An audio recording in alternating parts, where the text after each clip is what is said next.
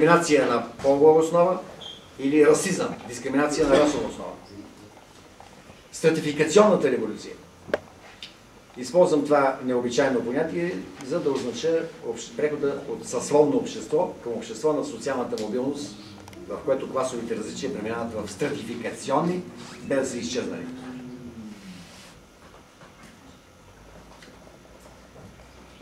Добре, ще маркирам само тези заключителни неща. Но, все пак, ще спомена.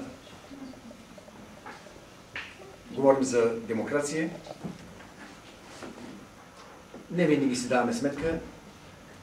Всъщност, каква е историческата граница на това понятие, което днес използваме, понятието за демокрация? Какво е имало в същата Франция през 19 век или в Великобритания?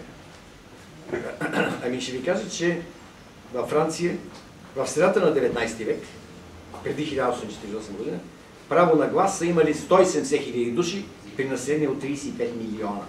Защото съществуват имуществени ограничения. Имуществени ограничения. Вижте, имало е достатъчно либерално мислещи. Не го смятайте това само като ограниченост на либерализма на 19 век. Защото ще спомена един аргумент. Ако дадем на бедните право на глас, те си продават гласовете. И кой тогава ще спечели изборите? Който плаща повече. Който плаща повече. Демократичната игра ще бъде коренно изопачена. Коренно изопачена. Не го смятайте само. Разбира се, съдържа ограниченост на понятието за либерализъм, тази практика. Но не е случайно това, че в такива страни, с които сега искаме да се сравняваме, в историята си нямат фиксирани такива. Такава практика. Продаване на гласове. Това, че тук това била европейска практика, е дълбока заблуждение.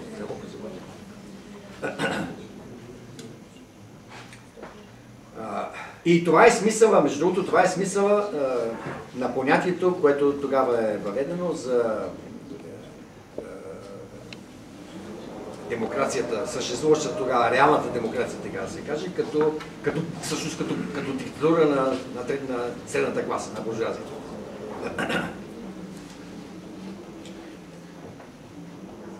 Имуществените ограничения са премахнати в Германия едва през 1919 година, а в Великобритания през 18-та година само за мъжете. Националната революция. Националната революция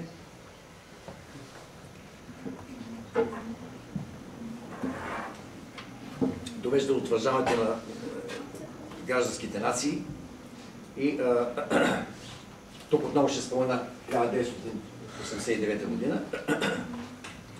Разпадането, тук вече ще удължа този период от 1989-1991 година. Разпаднаха се всички сложно съставни, така да се каже, социалистически страни. В това число и тази, която се смяташе за най-демократична бивша Югославия. Разпадна се и Чехословакия. И разбира се, най-важният факт беше разпадането на Съветския съюз. Просто по силата на това, че не възникнаха такива нации. Не възникна съветска нация. Историята на Втората световна война е много показателна. В самото начало на войната има опит да се акцентира върху съветското, върху комунистическото, пролетарското. Пролетарият Алелендер, Райнихт Ойх. Неуспешно. И си мина на руското. Великата руска нация. Великата руска нация. Не възникна, съветска нация не възникна. И югославска нация не възникна. И в момента, в който завършва буржуазно-демократичната революция, всъщност получаваме нациите държави. Да. Това влезе точно в общата схема.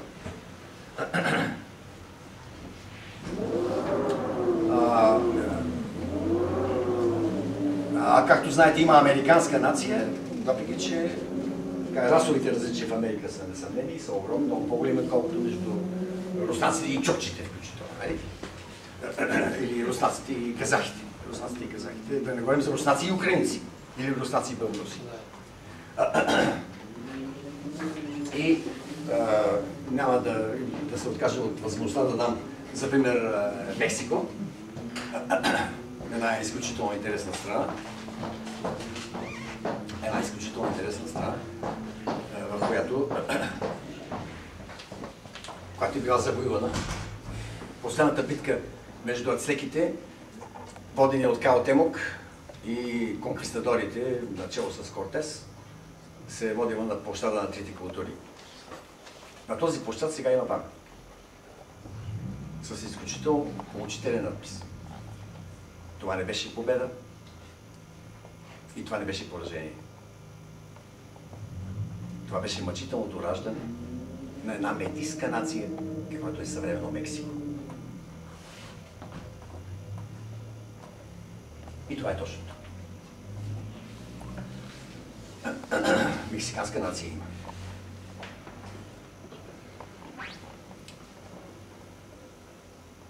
Сега, разбира се, темата, която навлезах е много голяма. Само ще маркирам няколко неща.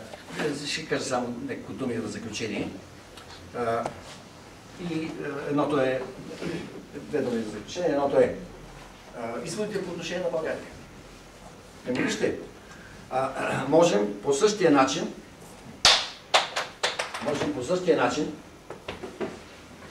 да видим и историята на България. А именно, историята от 1878 до 1989. Значи до сега има въпроси от типа на всъщност какво е 9 септември, революция или контрреволюция, или какво е 89-та година, революция, контрреволюция. Гледната точка, която ви предложих, означава, че не е точно революция, всяка смяна на вертикални с вертикални отношения или на хоризонтални с вертикални отношения. Процесът е от вертикалните отношения в началото към хоризонталните края. Значи това са праговете, това са революционни взривове, независимо от своя знак и своето конкретно съдържание, взаимоотношение между вътрешните политически и социални сили.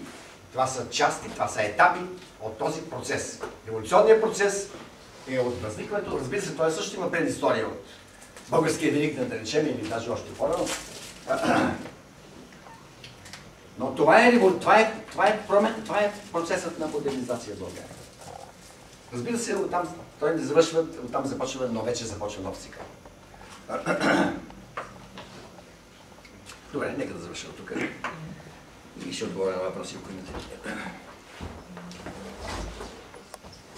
Колеги, да благодарим на професор Митев за това много екстравагантно всъщност твърдение в крайна сметка, че наблюдавайки различни неща на много места и в различни времена, виждаме едно и също нещо, едно шествие на историята. Значи, самият този възглед за мнозина е проблематичен, за мен е, аз се напълно приемам. Искам да кажа, мнозина опровергават въобще възможността и се опитват да опровергават самата възможност, че има история. Значи, те твърдят, че субектите на действие, това са хората, съответно хоризонта на замисъла на отделните хора е хоризонта на това, което се случва със смисъл. Всичко останало случайен резултат от това съчетание на случайни на отделни субектности. Петър Митев, както и много мнозина мислители преди него, твърди, че всъщност това е едно много по-фундаментално, обективно движение. И това твърдение е скандално за всеки, който не признава всъщност и не иска да признае, че има надиндивидуални цялости. Преди да дам думата за изказвани въпроси, изобщо както ни тъкат нещата, искам да реагирам на две неща. В смисъл, това са нещо полувъпроси, някакви бележки, какво да го кажа. Значи, твърдейки, професор Петър Митев се съсредоточава много да докаже, че това е един процес.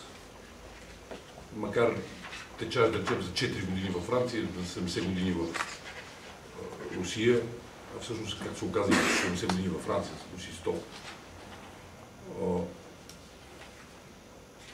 Той, съжалявайки се върху доказването, че това е така, практически не обсъжда какво свършва 89-та година и в какъв цикъл влизаме. Сме ли всъщност още в революционния цикъл, предстои ли продължение на този голям, огромен революционен цикъл, или имаме нов цикъл, всъщност, в който влизаме. Това е много важен въпрос. Бележките, които искам да го правя към този въпрос, че за да отговорим на него, трябва да излезем и от този цикъл, да погледнем още по-общи цикли някакви, които да видим дали текат. И това, като той нарича хоризонтални връзки, може по друг начин да си каже, това е появата на човека въобще. Значи на всеобщото същество човек, на който сме свидетели за тия 200 години. Ако се върнете не 200 години назад, а 2200 години назад, вие ще видите, че самото понятие човек не може да бъде формулирано. Аз съм акадец, аз съм шумер, аз съм асириец, аз съм елин, аз съм славянин. Само етническата принадлежност да прави човек. Славяните отиват толкова далеч с тази екстравагантност, че разделят хората на славяни, т.е. хората с думи, слова, да ги разбираш какво говорят, и немци. Всички останали, които са неми. Говорят глупости, нещо мълчи там, нем. Не го разбираш. Славяни, значи словесни. Словесни и безсловесни. И безсловесни. Гърците, ами, варвари също. Гърците разделят на елени, които им се разбира, и варвари, т.е. Варвар. Които им тепла майката, тъй няма значение какво се изказва. Да, няма значение. Не е човек. Първата идея за човек, извиняйте, първата идея за човек е на Аменхотеп IV, остава в историята, т.е. на Томас в Египет. Това е идеята, че има един бог. Ако има един бог, значи хората са еднакви. Това майче еднократно и за пръв път е изказано тогава от този. В хода на друга политическа реформа, това не е важен контекста, но така че тази мисъл е била шокираща, потресаваща, един бог. По-късно той при юдеите, които са наследили през Моисей тази мисъл, се превърне бог без образ. Бог, чийто образ е забранен. Вие знаете, че даже името на еврейския бог, Яхве, не може да бъде казано. Аз поне не съм еврей, не имам право. Ако бях еврей, не мога да кажа Яхве или да напиша ДЖХВ. Защото той е бог без образ, под което се има предвид въобще универсален бог.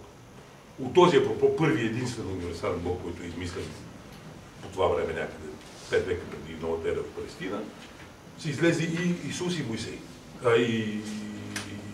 и Мохамед, и Аллах.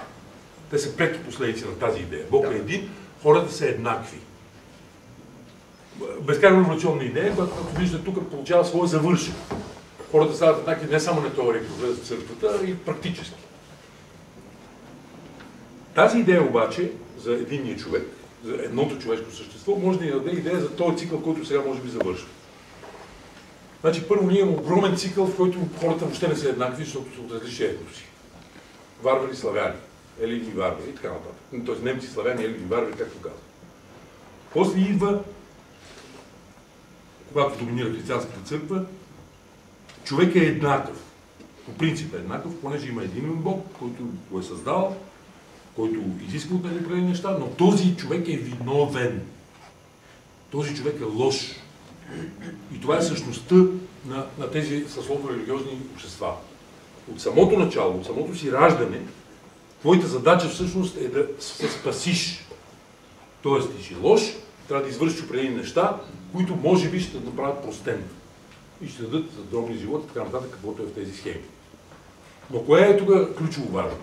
Ключово важното е, че тече цикъл, в който безвъпросно е, че твоята задача е от негативен характер. Да отстраниш гадостите, които без това ти се падат, полагат. По естеството си, от това, че си сексуален, от това, че си гладен, от това, че си агресивен, ти си лош. Ако извършиш определени действия, ядеш определени храни, ползваш определено въздържание, сексуално и така нататък, може би ще бъде простено този факт и ще стане добре. Това е скобата, която приключва през 18 век, преди да избухне това във Франция. Там се появява Жан-Жак Руссо и написва едно от най-скандалните изречения в историята на човечеството. човек е добър по естество, а лош го прави обществото. Това, че сме надарени с сексуалност, агресивност, апетит, творчески способности и така нататък, е положителен, принципно положителен факт. Дивака е добър. Прочетете Русо, той много трудно се чете, но направете това усилие, ще видите, буквално той го обръжда. Дивака е добър, обществото е лошо. Какво следва? Следва автоматично тези 200 години, за които говори Петър Митев. Обществото на проектите. Защото ако има и една гледна точка, която всичко това е еднакво, през цялото време се проектира общество. Никога преди това никакви общества не се проектират. Те се заварват като естествени, или като желателни, или като написани в коя си книга, или като завещани от Бога. По някакъв начин, но не мога да седнеш и да кажеш, дай да измисля аз едно общество. А тие почват да измислят от самото начало, от въпросия максимум, за който се Жустли в Обесвярка го въвежда, до последните указания другаря Сталин към кой си пленум на Централния комитет, които дават, това се измислене на общество, защото хипотезата е обърната. Не лошият човек се бори да се спаси, а добрият човек му разкатава фамилията, околната среда и общество. От тази гледна точка излезли сме от този цикъл. Защото излизането от този цикъл би изглеждало така, ако съм прав. Дефиниция на много въпросителна към човешкото същество. Да не би все пак да не сме лоши. Да не би все пак трябва да махаме нещо в себе си. Или все още си живеем в вярата на Сен Жуст. Камил Демолен, не знам, защо не споменахте, дали най-отвратителни от всички, между другото, да бъде да се мисли. Автор на вестника на демокрацията нашата. Значи, живеем ли в тяхната хипотеза, че всъщност въпросът е да направим света някакси да го нагласим към себе си, или все пак ще стигнем до обратната мисъл, която преди това хиляди години хората са живели с нея, че всъщност е въпрос на автоагресия, на премахване на определени форми в себе си. На консумизма, това като говорихме с доктор Михайлов миналия път, на многоздарната сексуалност и тъна, и тъна, и тъна. Или сме с прекрасните същества, децата на Бога, които просто трябва да си направят красиво общество. Така ще дадим като обувка. Това е първи въпрос, а втори въпрос ми е към това, което Петър Митев зачекна и вероятно ще ви е най-интересно за България. Само, че аз би го поставил професор Митев по обратен начин, а именно България несъмнено е сполетяна от тези модернизации. Но и трите пъти, които нещо голямо става в България, това са 78, 44 и 90-та, 89-та, това са големите събития на българската история. И трите пъти имаме една подозрителна, много подозрителна даже, лесност. 78 година, 19 век, ние получаваме национална държава. Хората са изляли реки от кръв да си направят държава. Реки от кръв. България просто наблюдава как 200 000 руски войници загиват тук и поемат место. 1944 година ни се случва форсирана модернизация на комунистите, значи да речем от 40 до 60-та. Възниква български град. България при това е селска страна. 86% от българите живеят на село към 9 септември 1944. В момента живеят една трета, колкото си е една пета, да речем нормалното за съвременния свят. Този град е безкрайно труден за постигане. Народите са изхабили векове да изгледат града си. И това са едни бидонвили, това са една свръхексплоатация, това са едни бачкани по 18 часа на ден. България го прави безумно лесно. Града е, както и държавата, града ни е подарен от историята. Просто тук сме един хубав ръб. Хана спорт добре избрал мястото. И както ни подаряват държава, така ни подаряват и града. Демокрацията ни е подарена също. Чисто подарена, ние включихме радиото и чухме, че демокрацията стана. Сериозно ви говоря, това беше един петък, 10 ноември, 89-та година. Да, Корай Тончев го няма и свършим. Помислете внимателно. И трите големи събития, в които ние кандидатстваме за листата, са подарък. Еми то това е полудържава, полуград и полудемокрация. То не е платено. И това е много подозрително обстоятелство. Много добре знаете какво става, като не сте платили. Просто ще платите по-късно. Това са двата аспекта. Има ли по-едър цикъл и за България някакси модернизацията е не само форсирана, но и външна. И моля ви да задавате въпроси. Все пак пред вас отново ви казвам, може би удивително единствения специалист, който може да ви казва история и история на идеите едновременно. Това е тънкото на това, като ако усетихте много особения анализ, този анализ е едновременно и на историята, и на идеите. Това е адски трудно. Първо, такива специалисти почти няма, и второ, много трудно са мисли заедно. Заповядайте.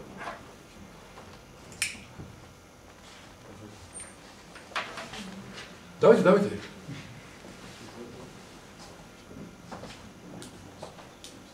Не може да кажа да думи. Това е въпрос.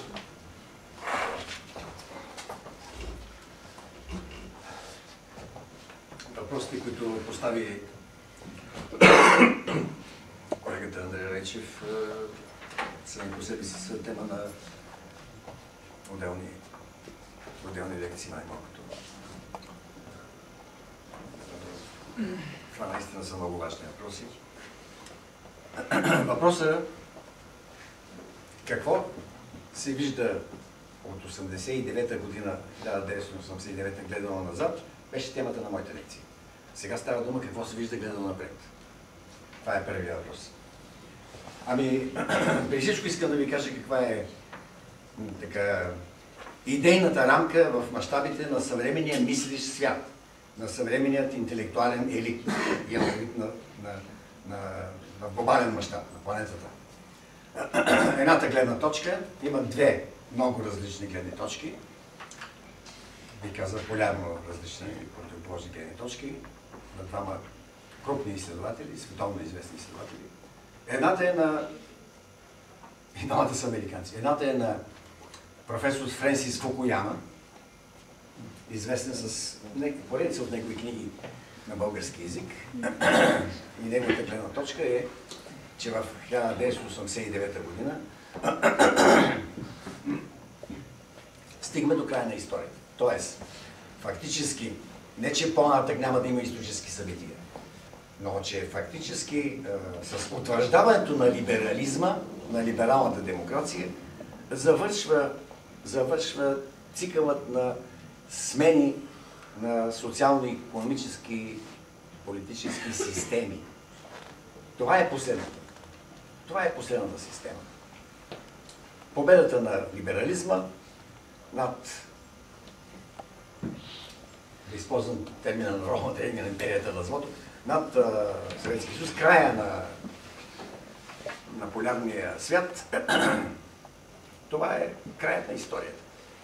И понеже такава гледна точка е изказал още в 1807 година най-големия, може би, философ в историята, Хегел, на основата на успеха на Френската революция и на войните на Наполеон, които утвърждават постиженията на Френската революция в тогавашна Европа. Хегел прогнозира краят на историята точно в същия смисъл и той директно се позовава на Хегел. Значи, краят на историята е едната гледна точка. Другата гледна точка е на Ловърстин, също световно известен американски учен. Познавам го лично. Беше президент на Световната социологическа асоциация. Професор в Йелския университет. Според Ловърстин, той още тогава, в 1989 година, направи изключително необичаен извод. Тогава, когато всички казаха краят на комунизма, Ловърстин написа статия, след това разгърна широко тая гледна точка, това е краят на либерализма. С краят на комунизма завършва краят на либерализма. И започва нов исторически цикъл, който ще бъде като цяло, ще доведе до посткапиталистическо общество. Кога, как и какво още не е ясно. Но посткапиталистическо общество. Започват трусовете на капитализма. Защо край на либерализма? Защото, забележете, колеги, целият този процес протича в Европа. Макар че дава отражение в света като цяло. Но той протича в Европа. След Берлинската стена беше изградена нова стена, за която не се пише вестниците. Тази стена е по-висока и по-невъзможна, ако може да се прави такова сравнение, за преодоляване. Знаете ли къде е тази стена?